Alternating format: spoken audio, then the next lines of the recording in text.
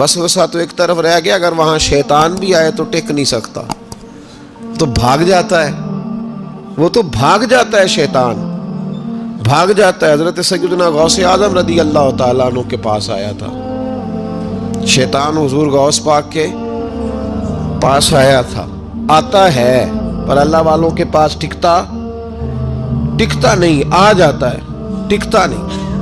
حضور غوث اعظم رضی اللہ تعالیٰ عنہ نے 40 سال اللہ کی عبادت کی، 40 سال۔ یہاں بھی لوگ بڑے پریشان ہو جاتے ہیں، کیسے جی کیسے کر لی؟ تو میں نے کہا قرآن پڑھو، والذین یبیتون لربہم سجدا وقیاما، وہ راتیں گزار دیتے ہیں اپنے رب کے لیے سجدہ کرتے اور قیام کرتے۔ تو یہ قرآن کی نص نے جب بیان کر دیا، تجھے کیسے شک ہو گیا؟ قرآن کی نص بیان کر رہی ہے کہ اللہ کے کچھ بندے راتیں سجدے اور قیام میں گزار دیتے۔ حضور غوث اعظم نے 40 سال عشاء کے وضو سے فجر کی نماز ادا فرمائی۔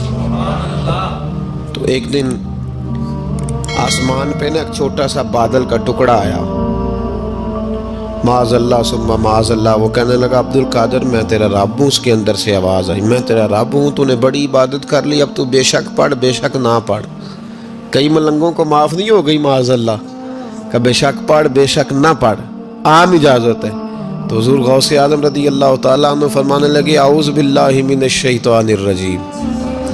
جب آپ نے یہ پڑھا تو وہ سامنے آ کے کھڑا ہو گیا، کہنے لگا عبد القادر آپ کو کیسے پتہ چلا کہ میں شیطان ہوں؟ تو آپ فرمانے لگے پاگل، مجھے کیسے پتہ نہ چلتا؟ جس رب نے اپنے پیارے حبیب علیہ السلام کو نماز معاف نہیں کی، اس نے عبد القادر کو کیسے معاف کر دی؟ جب حضور کے لیے یہ حکم نہیں آیا کہ محبوب چاہے پڑھو چاہے نہ پڑھو، وہاں تو حکم آیا کہ محبوب تہجد بھی پڑھو، وَمِنَ اللَّيْلِ فَتَہَجَّدْ بِهِ نَافِلَةً لَكَ، نفع دے گی آپ کو، تہجد بھی پڑھے۔ تو ان کے لیے جب یہ حکم نہیں تو میرے لیے کیسے آ گیا؟ اب شیطان تھا نا، تو اس نے پھر ایک اور چال چلی، یہ باز نہیں آتا، ہم باز آ جاتے ہیں کئی دفعہ، اس کے پیچھے پیچھے چلنے لگ جاتے ہیں، لڑ کے تھک جاتے ہیں، وہ نہیں تھکتا، وہ نئی سے نئی چال، نئی سے نئی چال، اس کا نیا سے نیا روپ، من الجنت والناس، جنوں میں سے بھی اور اس کے نئے سے نئے روپ ہوتے ہیں۔ اس نے ایک نیا روپ دھار لیا، کہنے لگا عبد القادر 300 ولی میں نے اسی طرح گمراہ کیے، آپ چونکہ عالم تھے تو آپ کے علم نے آپ کو بچا لیا۔ تو غوث اعظم فرمانے لگے نئے روپ سے آئے ہو؟ کہنے لگا 300 میں نے گمراہ کیے، یہ تو آپ عالم تھے تو بچ گئے، آپ جانتے تھے تو بچ گئے، میں نے 300 گمراہ کیے۔ تو حضور غوث اعظم فرمانے لگے پھر گمراہ کرنے لگے ہو نیا روپ دھار کے؟ مجھے میرے علم نے نہیں بچایا، مجھے اللہ کے فضل نے بچایا ہے۔ کئی عالم بھی تو گمراہ ہو جاتے ہیں نا، مجھے میرے علم نے نہیں بچایا، مجھے میرے اللہ کے فضل نے بچایا ہے۔ میرے بھائی، میرے عزیز طریقت کے مسافروں، یاد رکھو، سمجھ لو اس بات کو کہ وسوسہ آتا ہے۔ وسوسہ، دو قسم کے مہمان آتے ہیں، دو قسم کے مہمان۔ ایک مہمان وہ آتا ہے جو آتا ہے تو بندہ توجہ نہیں کرتا، وہ خود کہتا ہے اس نے نہیں میری طرف توجہ کی، وہ مہمان چلا جاتا ہے، پتہ نا آپ کو۔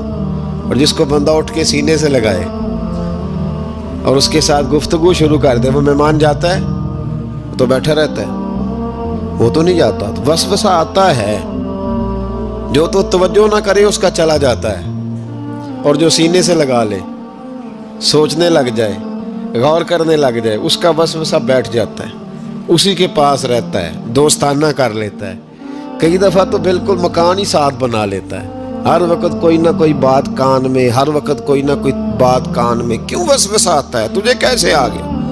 اس کا یقین کامل ہو، اسے وسوسہ کیسے آئے؟ جس کی توجہ سیدھی ہو اسے وسوسہ نہ چھڑ یار دا بوہا، نہیں تے ہو جاویں گا روگی، جیڑی بکری اجڑوں وچھڑی او بگیاڑا جوگی۔ یہ تو بھئی تو اگر اندر رہتا، صحبت کے اندر رہتا، چھتری کے نیچے رہتا، تو پھر وسوسہ تجھے کیسے وسوسہ کس طرح تیرے پاس آیا؟ وسوسہ اس کے پاس آتا ہے جو وسوسے کی جانب توجہ کرتا ہے۔ بہت زیادہ لوگوں کو بدگمانی ہونے لگی ہے، بہت زیادہ وسوسے آنے لگے ہیں،